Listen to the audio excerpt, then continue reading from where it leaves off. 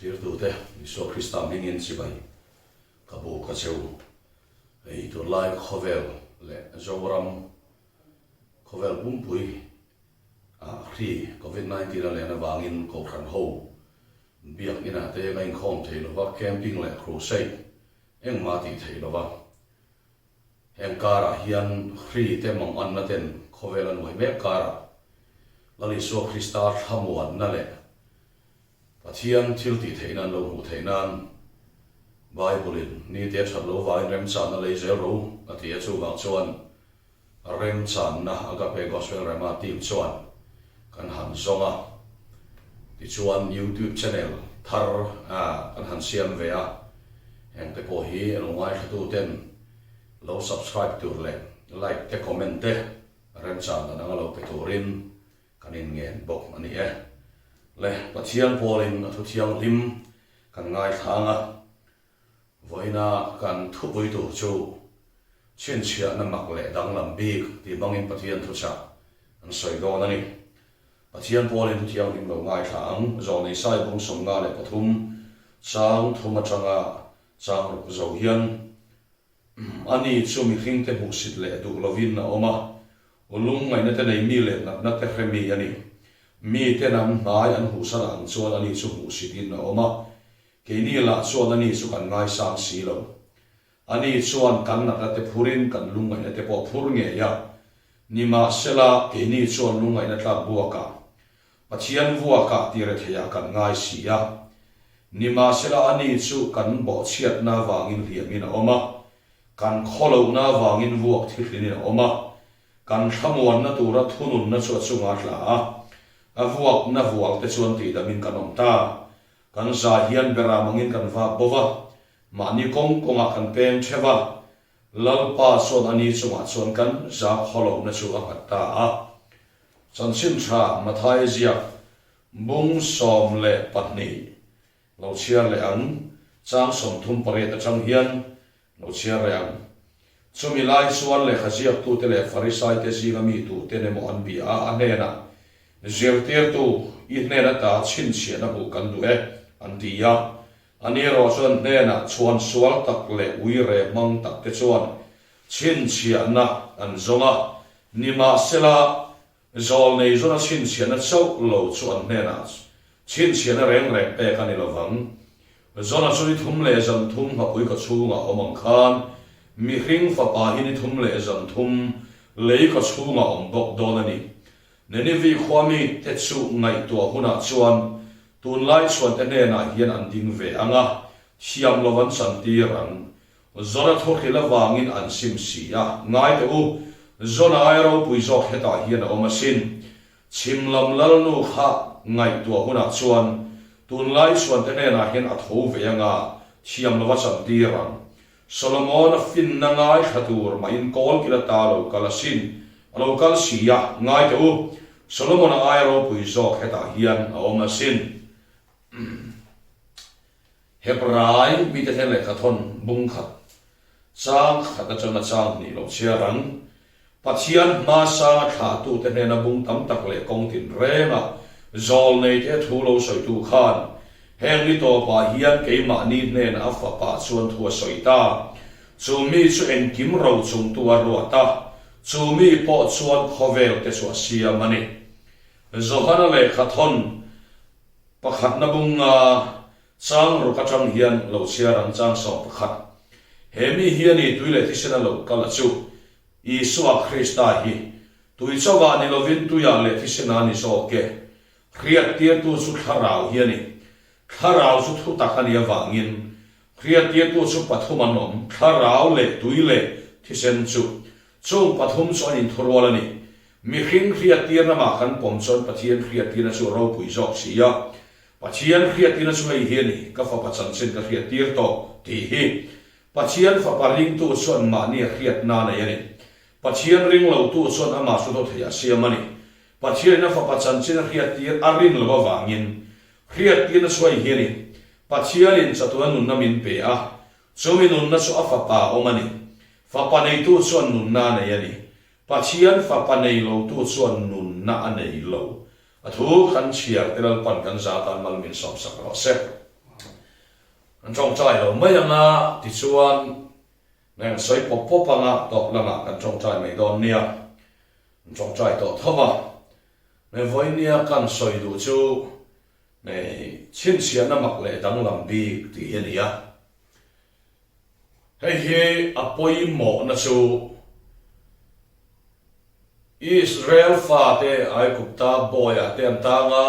sala boy tam tak manang ni a ti chuan zol nei sai te kal tlangin le zol nei te kal tlangin an ma ni an nam chan chuak tur me sia an lo la kal don ni ti lal pan lo puang un me an zol nei te ka tlangin chu an lo be sen na sap takin so ta chuan so tiang anga an be se wang chuan Mesia local tura chuan Chhinchhiahna aron lam tir don ni in an hria so wang chuan Chhinchhiahna kha Isua Krista an lo phu ta ni ti chan sin thama thai siap bung som pania hian kan huwa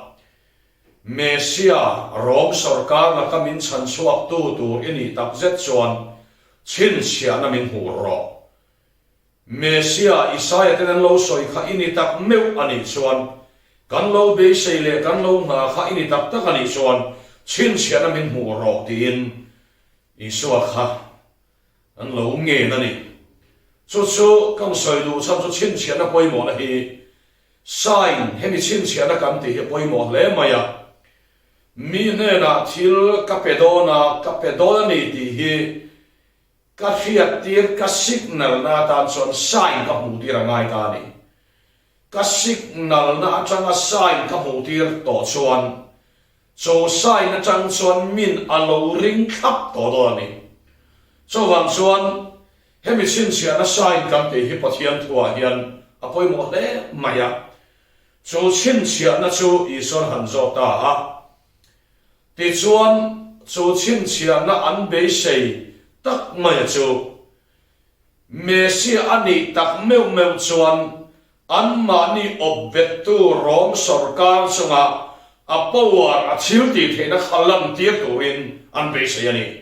chumi Chhinchhiahna chu ape theilo ani nga chuan Mesia ni lawang ti kha an rilwa dan so ni ya chu wang chuan Chhinchhiahna min mu ti ro Mesia ni chuan tin an soitani ma se Isua Krista thil tum le an ni ril ruhin ang ta hau lo maya an ni chuan rom sarkar an ma ni Israel ti obet tu lakata ron chan chuak turin pathianin Mesia kharon ti done mo an ti Rhema ma se chu tiang chu lo ni reng lo rom sarkar obben aya a ril zo an kha tu he ta adama achanga an kha tu adama achanga an sual nei an chung ril bol no na le ten omna an sal ta na ta zo isuan chan chu alo tum sia an ni in kha khovela an tor na lakata rom sarkar ina ator tir na lakata chan chu turin Mesia Chhinchhiahna phuta Isuan rom sarkar laka chan swalo tum reng lova adama mi khinna an kol ni tin rom sarkar poina a oplo lai phua an kha tu adama changa chungril bol ho le tem an lo kol na ta Isuan chan swatum ta sia an be seidan le Isua thil tu ma hin min lo ta phot mayani ti suan Isuan Chhinchhiahna chu chuan sual tak ten Chhinchhiahna be theitina zona Chhinchhiahna lo chuan ne na Chhinchhiahna pe ani lovang ki ron khil ta ni Mesia an nam chan chuak tu adama mi khin na le sual boya ta chan chuak tu ani na Chhinchhiahna chu borua ka ron lang lovin zona Chhinchhiahna min ron soita a zona chu na poi ka chunga ni thum le zang thum au mangin mi khen fa pa he le ko chunga ni thum le zam thum om do ni tiron soita ni chu tiam chia chuan chu Mesia an nam chan chuak tu sual na le setana le ngai tuan na bol lo si khanga khang la ka ฉันชวนนะจูบูรัวการุณทกโดนหรอวะใช่บูเทียรุณทกโดนหรอวะจนงับปุยก็ชูงะนี่ทุ่มเลสันทุ่มอมังคานอีสัวข้านาภูมันยักโครสาธียนิทุมเลจันทุมอาทีนักขานอาจิงเฟลโดนาจูอาชันชวนนัสไซจุลิโดนเนติครับอีสวนเราสวยเฟียตานี่นิทุมเลจันทุมเลยก็ชูงเอามังอีสวอาทเลโดนจูตักไม่จูสวนกอลตีจานาองชุลนี่บูรัวกะค่อยอาโมปาร์ดาเอโมค่อยอาโมไซนอมโดนโนใช่มีมัลนุนส่วนบอยตามินฉันชวกตูเมเซียอันนี้นะชิมเชียนะจูครอสาเลขานาเลโทเลนาเชียขานมจูจุยน้อยลงชวนฉันช่วยนี่ละวังอาทิตย์นี้เฮ้ยอภัยหมดเลยมายาตุนไล่กันรำดินบุนาโพยังเฮ้ยไงตัวทำโมมินจักรยาคริสเตียนน่าอุปัตตุละกุมจัตวาคริสเตียนกันลงนี่ตัวมาเสกกันปัจเจนตุสอยอย่างนี้อาตัมตุละทุสอยอาตัมตุละทุสอยมีอาตัมตุละทุกิลตุกับตัมตุละอเมริกากันสัลตานะทุกตุเองวังเงี้ยกันติชวนกันสัลตานะชวนนะชินเชียนะครอสทีนั่นเลยข้านี่ทุ่มเลยสันทุ่มอีสัวอีนักขันบอลก่อนนะส่งอัภูมิบูนั่นลำเองละวะมูไทยบูรัวกาอดีดังลำนั่นใช่มูขันตุ้มนั่นสันตุกยันกันรำคริสเตียนนุ่นเหบอดีบวยซะวะอันนี้นั่นตะกาส่วนสุดาเตอังเจียค่ะกันนี่ที่เหบกันปัจเจียนถุยมินกอบวันนี้โซชินเชียนะจูเมสยาคริสตาอิสุอาค่ะกันตาที่อาสวมินเนสกันนี่ที่เหบลังปาขจงใจยังละมินเนสักโดนชนลงรอสุดชนลงนี่รอเสตีเวลฮีอาเซียนน้อยลุตุกันนี่เจ้าฟังชนลังปาสุดที่ชนลงนี่รอเสสุดที่ชนลงนี่รอเสตีลงมันนี่รออันนี้เป็นตะการชนอันนี้น่าสนใจเนี่ยเห็นเฮเมเซียคริสต์เห็นอันนี้สักตัวเสียเอ็งกินน้ำสักตัวเสียอินี่หิวลอยพอไว้เนี่ยเห็นอิสายดำเลยทิ้งเสียดลำนี่เราเว้นอิทิ้งเสียดไล่เบลเลยหัวในขาไล่เบลพัวอดีตโบราณนั้นทิ้งเสียดนาเป็ดจะโซ่ทานนี่ทุ่มเลยจังทุ่มอีสัวองคานขาเดตัวสุมีสุยรินพดสวนอีสัวนังงอมขานี่เราโดนเนี่ยตีให้ปัจเจียนตัวมินกอบวันนี้ชูใช่เลยชูแล้วอีสัวทิ้งเสียนะริงตัวตานันอินแปะเฮริปัจเจียนเล็กกันอินการะอีสัวปลายนาอารมณ์ทุกข์ปัจเจียนอินมินควายดอนมินอมปุยดอนเอ็งคิมมินทอสักมินเนสักนี่ตีทิ้งเสียนะเฮกันมูเทียกันมาลำเราเองเจริญกันละวะกันมูเทียกันมาลำทิมเราเองเจริญกันละวะกันมาลำสุดทิมเวกมาเสละอีส่วนมินเนสักตอนนี้ตีสิ้นเสียนะจูกันเนเทียเราทานที่มาอามานี่ทุ่มเลจันทุ่มสงครามข้าเวรบวยนะเฮียจิงเฟลตัวอาเท่าเลตอนนี้ตีสิ้นเสียนะเฮียยินพดสวนเอ็งกิมินเนตอนนี้ตีฮิปัจเจียนเทียมินกอบวันนี้จูอันนี้วันนี้เห็นชิ้นเชียนมักเล่ดังลำบีคำที่ดูสารเจ้านี่เห็นชิ้นเชียนเราเห็นชิ้นเชียนดังเล่นเป๊ะอันนี้เราวังเตียนปัจเจียนเทียมินกอบว่าเทียนกันช่วยเนี่ยเห็นเราพามินคอยดันตัวเราเห็นบูรัวค่ะกันสูงก็มัลสมนั่นแหละสมโลน่ะมินเบียดชัดเล่ชัดโลดานะเองมาสิกนัลไซบูกันตัวมากันตัวงั้นมินเบียดชัดโลชนบูรัวของเรากันเทียบูรัวที่มินทุนเลยอ่ะแล้วอีสัวที่นะเฮข้างตามิทุ่มเลยจันทุ่มออกมาเฮียนบูรัวเชียส่งเลยเอ็งทิลปอลมเสลานี่ทุ่มเลยจันทุ่มโซเฮียนินข้างที่มาลูศิลาข้างกิลคอร์ส่งอัดหิมไลส่งฟังสวากา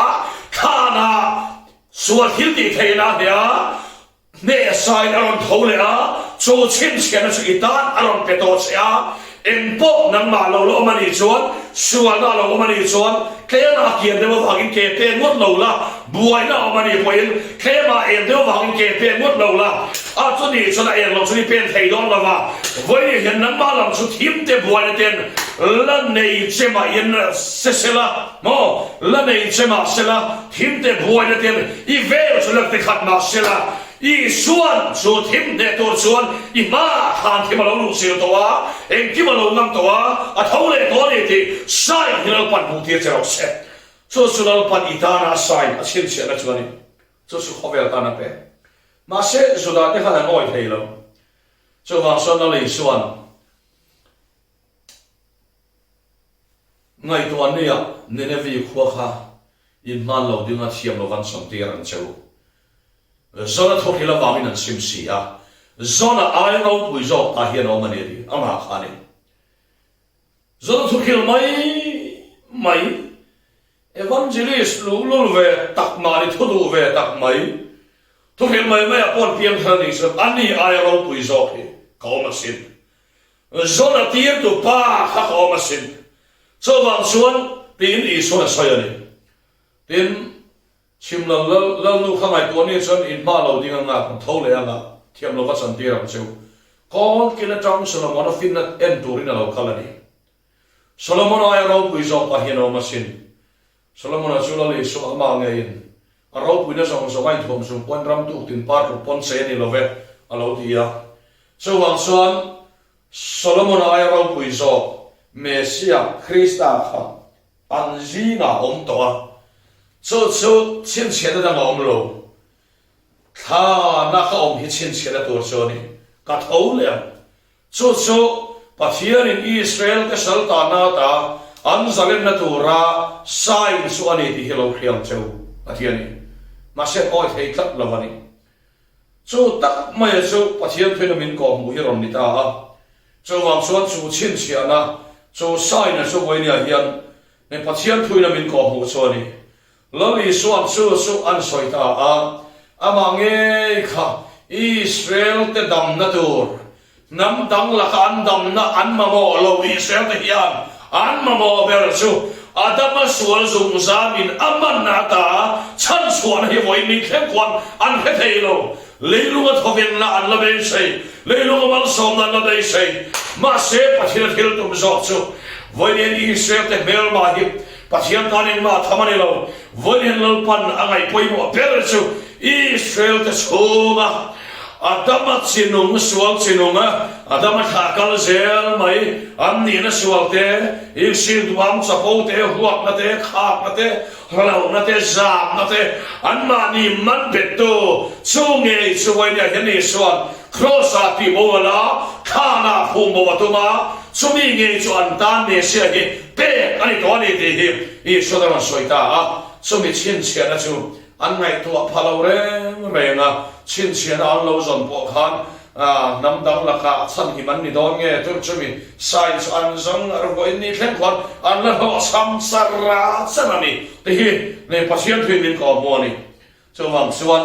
Chhinchhiahna su I suwa hi ni ti hi voi nia ka soilam du ni pathian ne kan in rem na tura Chhinchhiahna kan zalem na tura Chhinchhiahna chu I suwa Christa hi ni ya kan dam na tura sai chu I suwa bok hi ni ya so wang suan lukabung ni chak so ma kai sanalal rama san nei ve lo san nei ve lo beram pu te ne na ron in buanga lau sulang ngai ro midin ta tu san sin chalo mo em karon khen seu ni voina hin tam da ki do ko chan dam tu piam ta lal Christa chu hei hi in ta Chhinchhiahna niang no sen pora tuam ran so pek na thenga muin buang atiani Chhinchhiahna ti kha puan khani lova ran so pek na theng po khani lova beram pu te kai sanal ramasan nei velo ra thei lu thuk ketana lal pa hi acha alal pan naron thok don ni ti sai chu no sen ran so pek na thenga mu chu ani a chu Mesia chu apek to seu chuan in zalen to don ni lal pa fem rox in zalen to don ni ti in lo he don ni a mo peram pu te khatem pul peram ve tu ten ni a an lo khati lai Israel rama lo tember na diamber ani ma se an tan sot an lo an pu te ron ti pun lam khani lova khan beram pu kai sanal rama sam nei velo ketan khan lalpan zalen na kong kha aro hong to do na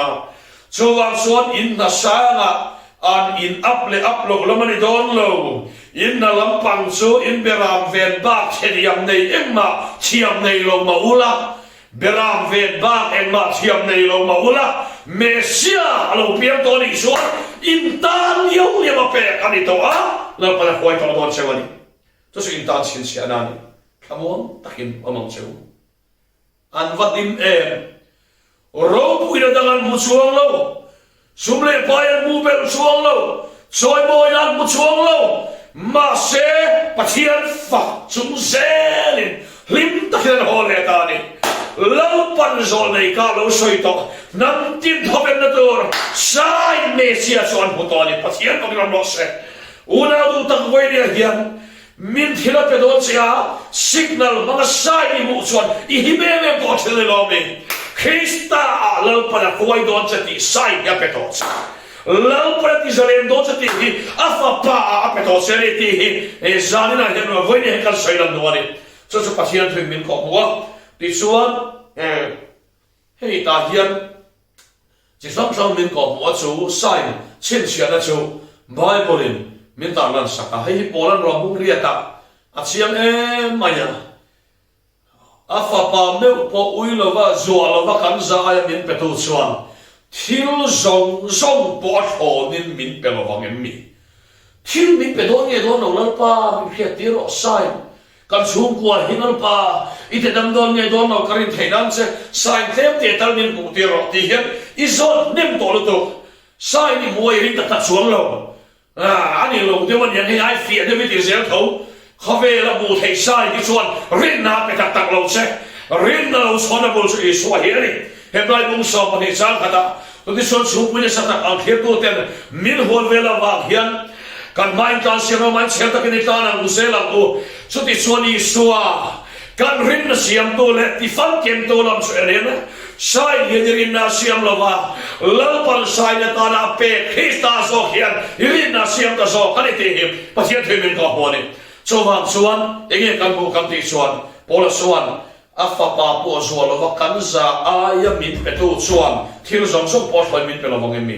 thil zong so a thona min pe tu chan chu kan fel wang ni lo vin kan chat wang ni lo vin kan chai kam wang po ni lo vin kan chai tem wang po ni lo vin min pe do na ni ti khovel zalen na tu ra pathian chatuan re mu lo dik na tan afa pa sai per min pe to a Krista hian thil zong po kata cham po min pe don ni ti sai ni afa pa min lo pe to hallelujah pathian mo gram mo se I swa ka nei swan hem song hin lo pan tula tiang min pe don afa pa ha sai ni a chiang sin bola khan ka se no le don thil zong min pe to ni so afa pa min pe ang ati lo wa afa pa min pe thil tam tak ni le ro po ti lo wa a soi tum chu afa pa po zo lo wa min pe tu chuan kan za aya min pe tu chuan thil zong po hloi min pe lo wang mi afa pa min pe to chuan thil zong chu min pe don to ni thil zong min pe ki pathian thil tu mania chumi tan so afa pa hi sai na tan min pe ta ni nun na tan min pe ta ni ti hi Bible min ko mo ni cái mà soi nồng chu thuyền chu các chuyện em thuyền chu các thằng muốn nó thuyền chu thím khát em đứt ở lòng ông hiền lần qua lòng thu các cái chuyện thì hít luôn mà sẽ các cái chuyện mà sẽ tu là son em đứt thiêm lòng mà sẽ em ngang pon sa sẽ là apa pa em sai mình cái thôi thiêm phải em lòng sẽ mà sẽ em này mà in nun na ni sai là đi bọc cái này thì mình có món này cho vang cho nó nào kêu về nhà hiền kan ram hiền Krista hi pathianin và rama min khoi don ni tin kan ma mona min chan dam don kan mang an na song song min chan swak skin don kan boy na song ai rol don ni ti sai na kan fa pa min lo pe to wa hei in tan Chhinchhiahna ni an atiani cho su iswa Krista khani cho su an khe thei lo wa thung lui huna ko khan o la li suwa hian chiang thei lo la li suwa ai sun mak le danglam an so han boy em maya I so na ha ta zo hana sung sam thua soya ti sachin chama thai bung som pakhata kanen suan mathai bung som pakhat kanen suan la ya hian chang sari kha kha dalom soya ta kan en chuan Johan Baptist tu Johan sungsang ron soya thalera khan engen turin nge in kal luang khisen hin mo thalera khan engen turin nge in kal puan nem sin mo puan nem sin sunalina anom sin asin thalera khan engen turin nge in kal zol nei mo zol nei ai ro pui zo heta hian omani lali so Christai kanen kanen kimani to zol nei zong ai tu mak zong luan khom na chu Isu Christai ni ti pathian thu min ko bu ta ni Isu thu soi ngial ngan ala han soi hi chan ta su anate oi thai ma se amma hi a in da chung nung khop mai chu pathian thu min ko wa chu wang chuan he hi ka chiang me hebrai ziak tu hian pathian ma sanga tha tu tele bung tam tak le kong tin re ma thu soi tu khan nam tia ma sanga khan pathian chuan tha tu tele zol nei te a bung tam tak le kong tin re in thua lo soya ram en kol na tura zol nei thu pon mangin lal pan rama kai floya tin thil bo som sanga po zol nei sola sabeng tung bo wa po zol nei samuela ti khan tia kong en kima zol nei mangin lal pa in puanga mo tha tu te a khan bung tam tak le kong tin re nga ma tha tu te ne na zol nei mangin lal pa lo in puanga thu sai chen tu kha ti su tiak sa nei puang ma se zol nei mangin in puanga thu thung hui zol nei ele zol nei lian hian chiar ve ma an thu pona tam te an sim pha lo chol nan sang chuang lo a puang tu khan ha wi ngot maya zol nei thu pon khan an chung la ti dam zo lo pon ma po ti sim zo lo chu wang son zol nei thu pon khan zia anei thei lo ba chu wang chuan zol nei ta pangi thua soi to don lo fapa a thoron soi ta ni dal pa fem lo se fapa sun khovel arom ti danglam ta Israel te sau ni lo ven voi ya hian khovel pum pui sa khomo mal po lo nei lo chu arom thang danglam ta rom sarkar Christian du da tu te ngei po an lo har chau ta a ti son har chau se la khovel Europe ramte Asia ramte Africa ramte chu Mesia thupuan chu anga hok bi hallelujah pathian ko kenom ros zol nei thupuan chuan Israel ramuringot poti danglam zolova zuda ho poti danglam zolova fappa bangaron puan som khaver aron ti danglam tani chumi kan soidu chan chu zol nei manganen puang ro pui ngai mai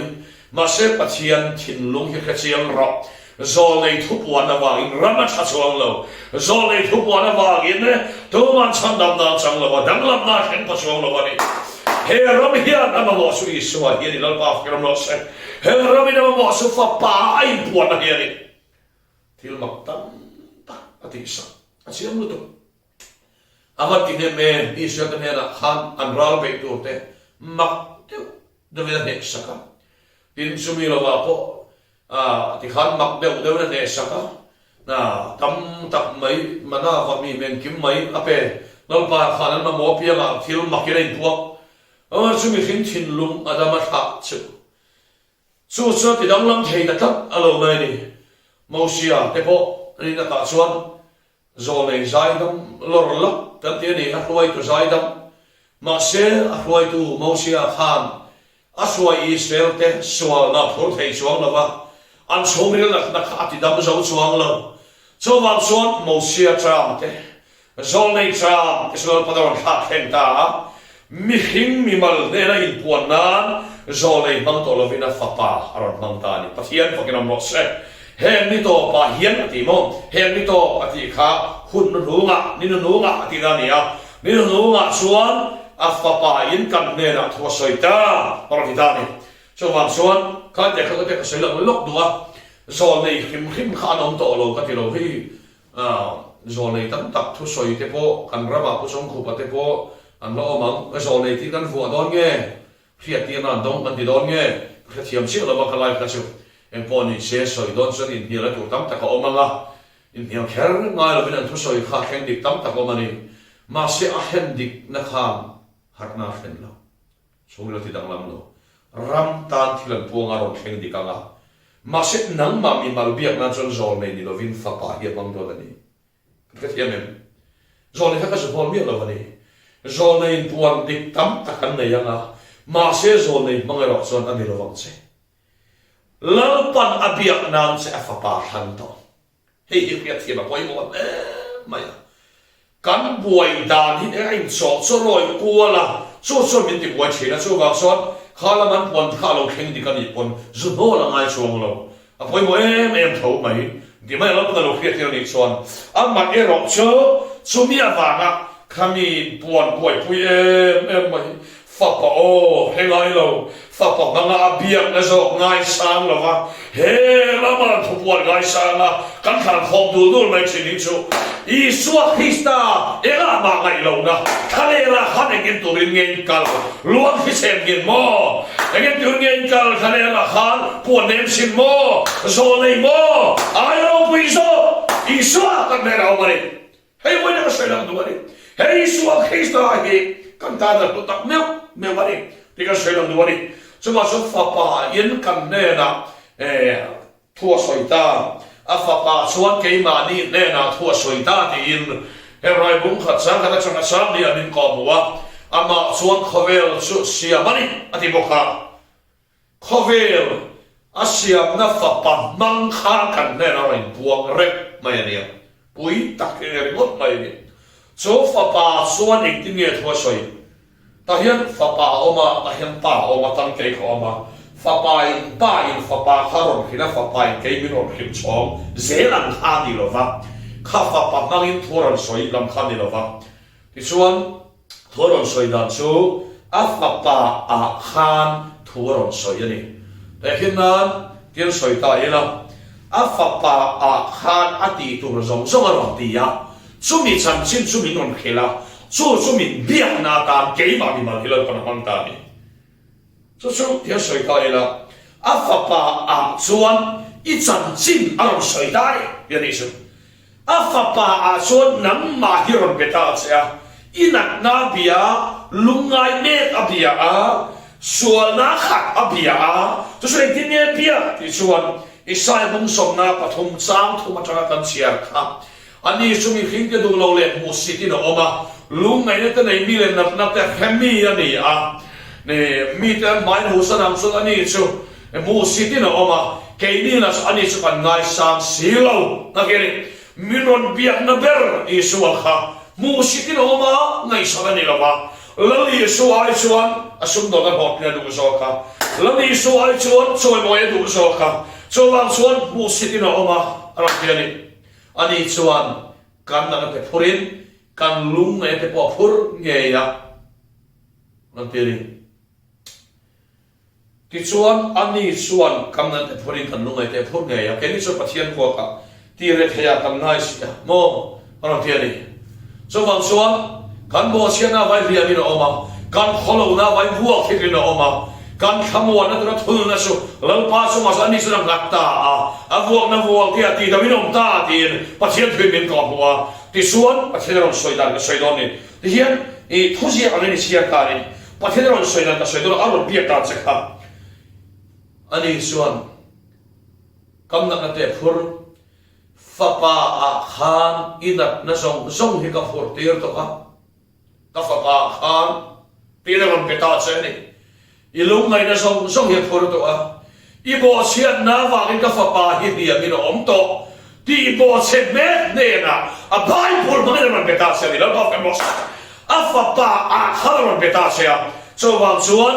kan za kholo na chu a vuak na vuak ti da min kanom ta aron tia so wa chuan thangte ka va to don lo se nang ma aya ka fapa hi ka vota minot titani sumi o ka khela piam chuan fapa min biak na hian lo na om ngai lo dam na om thin fapa til lo na pa min poro la pa min pelo fapa a ni lo vala pa biak na izon hi la pa min ti dam ro ti izon hi ka suan ai la bo ro ti izon hi buai a fapa a ala bo to la pa kem ro se a fapa a beto se ni Her ni to pa hiana fa pa keima ni nera to soita. Chumi mi jesu. Kan tan to soita. Keima ni non beta di nani. Keima ni to soita hantia kha. Enge mo midang aya chiang riau ne in fiat khan. Keima ni to soita tia lo in la ro pui na turam chi khan ni lo mani. Keima ni nera to soita tia helai midang aya chiang mi ne in fiat na. Enge mo pathian thua zu fiat na lai tia kha an ni lo va. Ka so bol amani lo va lu tu thova maro chu mi som chu hi afa pa mi non biare oh mi mal bi ni lo khan chu pathian thina min ko mo ni ya afa pa ke ma ni he tho soita anwai zia ka du em su kan sa hian pera mai kan va bo ma ni kong ko ma kan pem cheva pathian kan pen bo sam ta ka wa ni pathian chu min hol ta ati lo ne mo ti min non bele ta bible mo ina fa pa kan zahin pera man kan vak bo ma ni kong kong kan pem cheva lalpa chuan min nol ta ati done moti na lai ani chunga chuan kan kholo na chu kan za kholo na chu na ta vak bo zong kholo na kha fa pa chunga na hallelujah pathian fucking on mox pem bo zong kholo na kha mo pathian pen bo sang khopa kholo na kha a pen bo sang tu chunga ngat lo ve ani chunga ta la pa fer lo se fa pa abia na khia piangin anu suti hona chuan mi thi ten mi ring fa on rianga anunga hallelujah lalpan a fa pa mangin a be to che lalpan tinung che ro se ti hi voi ni ka soi du chu ni chu ba chuan chu ti ang son lalpan min lo be ta ni ti hi min ko huani so wang chuan pathian in min om puya min chen chilani ti khriat tir na sain chu hei hian ni ti hi bible min on ko mu ta chu wang chuan zohana le khaton pakhat na bunga sang kwa kan sia chuan pathian mi hring khriat tir na ma kan pom chuan pathian khriat tir na chu zo ro pui zo kali pathian khriat tir na chu hei hian ni ka fa pacham chin ka khriat tir to a hian ni pathian khan enti kong men thila ro khriat tir to no no wa afapa aron in khriat tir na kha itana pathian in khriat tir na ani to ni ona hian ni chu wang chuan chu chan chin chu khriat tir to tin ron soya pathian thuin min ko mu chu fa pa a so min on betani ti hi men ko mu ta nia ke ka chong trai po hian fa pa min biak na ni lo ma biak e khet ka tum hian ka tang re ya ka buaya na mo rao de ka dil hian a nom rao chong trai hun lai hian in maya an zawa a thop suk ta top le fa pa nga min biak na nga kan e ya kan biak ve chuan a korai maya ni chu bible min ko mo ni ya unau du tak lalpa hi machona I chong trai ya I bedon ani chuan fa pa aram biak chin na chi hian lo biak che kanat na la kiam ro itianga ani chuan ka fa pa hinang ma wangin inat na purbau tur hin ka wato sin tinabiang senga chu fa pa abiak na se bak chulal biak na dang che nei to lo chu su yoi phot chuan ti na mini om don ti he pathian tu min ko mo ni fa pa amin biak nei kan khia chena poimo ne maya chu wang chuan chu voi bia hian odang lam bi a chuan chu ro pui bi a chuan van tir ko o ai put ro pui zo lal pa vok ram lo se van tir ko hian isual a phur zo lo phur thei lo inat na phur bo thei lo zo nei thup wang tu isual na la bo thei lo apuan na wang ni sim thei lo Isua Christa o khri ro chun dang lam asin pathian fa pa manga biak te dang lam lo an om lo me se ure dan noyam ma se danin a ure na ta ati sim zo lo ati dang lam zo lo ma se fa pai aron be ve ta me chia hiam lo van santin senge ke pon hiam lo ka santin lo va se hiam lo ni riat ni apia ni fa pai en tin ne bia hiam lo chang to dan le khotlang le zudami pui na den lum tura an zoi lui a chian lo abia ma choi hi ni ke pon hiam lo ka santin lo va se hallelujah lal pa fucking om lo se in hiam lo don ni apia Krista thiam mi chang to ani ti voi nia hian lan pana biak na che su ni chu voi nia hian sol pal zam nan ka soya ni lo marin thiam sok ma hi chon thamula tak ta khom lo lal i sual thiam lo ka chang ti lo ma che kal la ki sual le to su ati abiak kha chon danglam na lo theng fa pa o kriale fa pa al pa in puam na reng khati danglam ne lo mani kan ram har na te kan ram Christian un te ela tinge kluk klak kan form reng ela tinge sualen kan so por reng na ti hiswanin ti chuan piang thar si pathian to soi thei si nun ne na in be lo ngai na zo po ban chuang lo soi du zo po ban chuang lo ti du zo po ban chuang lo khavel mi du da nang du ve reng tho nun hian i suwa ti mol phawa he ho yeng wa nge ti son voi ni hian thuan khia fa pa alal pa in puan na o hian dong song lo bani chu su khengat se chuan lal pa fa pa in puan na so ti dang lo me long thia ni ti min kho mo ni zakaya chia khom tu ila iswalut mi te en dong chia la mi te la sak khom tu la khom sak tu ne na lal pa in puanga lal pa fa pa ar in puanga zoda dan le zol nei ten ui re anti dang lam solo ui re su ti dan chilom ui re sim na pe solo in sir na chung ril in sir na in sim ngoi na le dang lam du na lan pa rong bo du na dan ni na pe solo tin zol ni thu pon ti pe so bok lo ati dang lam solo chu fa pa in puan na in ui re no ti dang lam ta hallelujah thiam kan lo se he ni to pa na fa pa ke ma ni na thu so ta fa pa ai puat nei va mak em zakaya em mai ti dang lam zo lo chu lo li so ina lu ta khenga he ina hen sam dam na lo khen ta uni po prama fa ni sia fa pa alal pa fa pa mangin lo pa zakaya he nei puanga zakaya lu chu ti dang lam lo ni le ta ni chu mang su na te voi ni hian thil mak le dang lam chi khangai chuan khovel mak le dang lam ber Isua Krista kam ta na pathian in puan na sign Chhinchhiahna mak le dang lam bi khi kam dam na tu na ni te hi pathian thui min ko buwa cho wang chuan pathian thuin hemi min ta lam sa ka hi kan khia fia apoi mo he maya cho wang chuan heng ni to pa hian ke ma ni ne na afa pa thu soita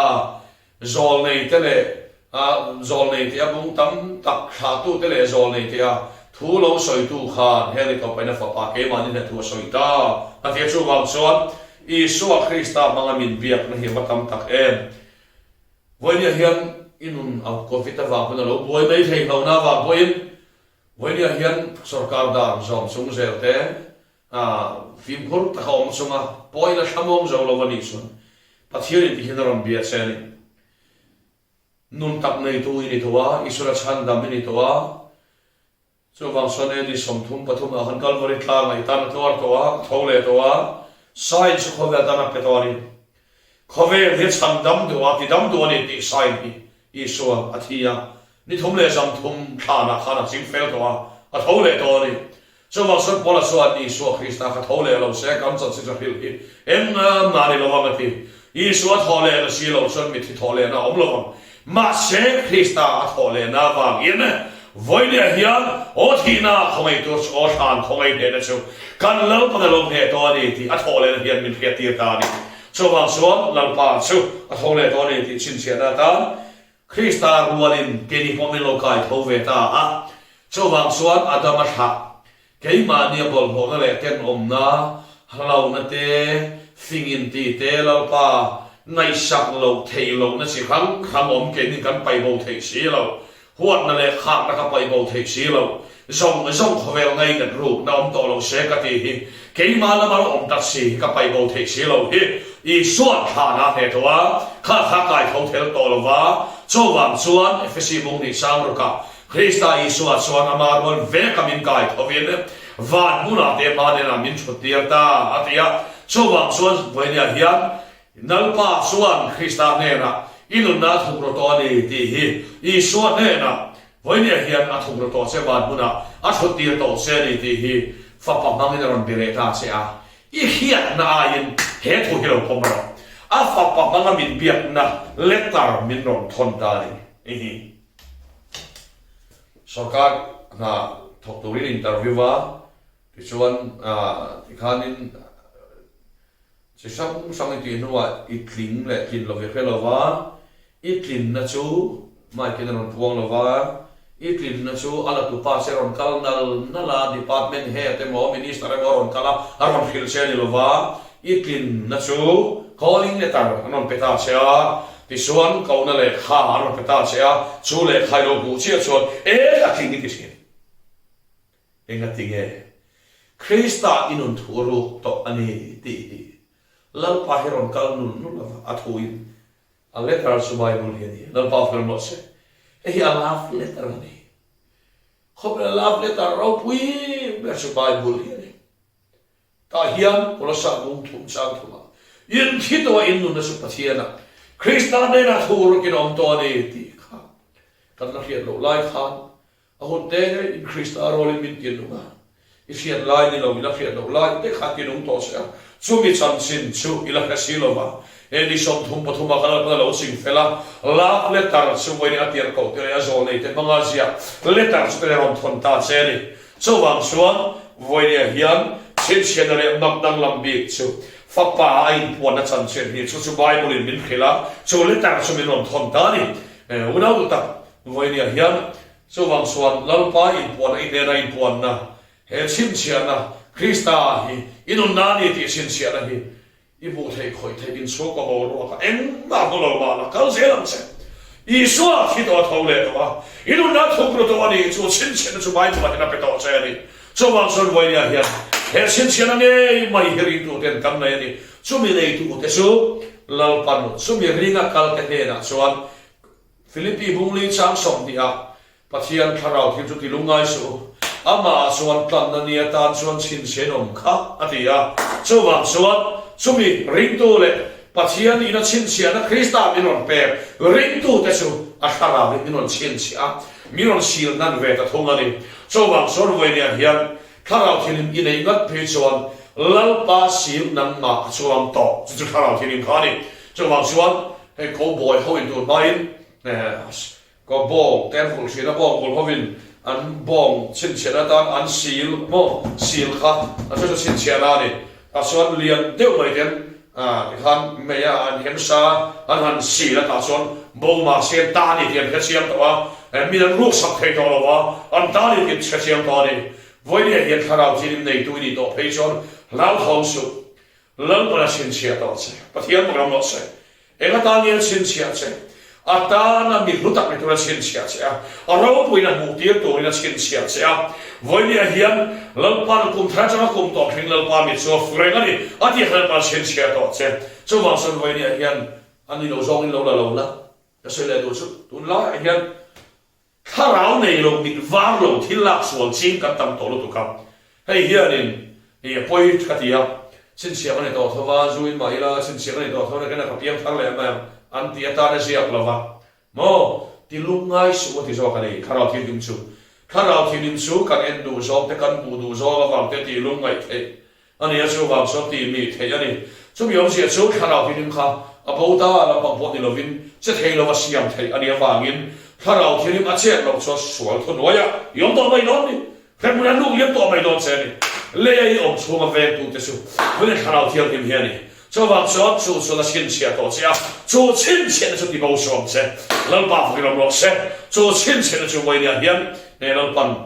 a pe to sia so wang so thamong takin om la ne tu lo ni zelam se I suwa fi to so la Chhinchhiahna ni thum le jam thum ga pui ka sunga om khan Krista hian khan thim ni thum le jam thum chung khan alo fang chuak vek to ne saneron thole to wa so fapa so voi kan tan min pe a thole ro le kan na thok ro to wa thamong takin lo ro kein khovel kan ta aroti tani ti son khovel kan ta khovel ko minom chen thamong takin ro kein khovel kan ta arontia ta son khovel kan to no wa petra te ne tan angam sakani I so la ma tan angam ni lo tan khovel khai ma thomani lo bani setara kha tan ne ni lo wa I tan fai kani mo so wang suan itan sai dik tak so kalvaria khan itan a faita thang khaita na lu chua imma along de effect to achowang chua lele ma thuina kanena pe kani to tin zio ti de na cha sa ta hele luang e hian voinia hian ne tu in lo ding chua thong che a thu kan soi kal pan kan za ta man som ro se Amen. trong trai thot ke in kan hang no trong trai le lalpa kan pathian mit mangai tu thuna hian he thungai thatu song ne na hian Chhinchhiahna mak le danglam bi vana po lo kalila nang maya mak hian bo chang lo ti khiat tiang la voi an mu thei le khoi thei ya thim fakin enga ma hi an palam huna le nunglam huna om lo vin chu chuan lalpa thimin lo bom khat vet ma sela voi nia hian fapa pe kani to an dan khista hi I tho sak nge don an dan hi don ni ti Chhinchhiahna ni don ni ti na ma khiat ti ran che naman mal so mang che mali sok mo le bang point lo thu ka kira che hei Isu Krista ni ron dile amen.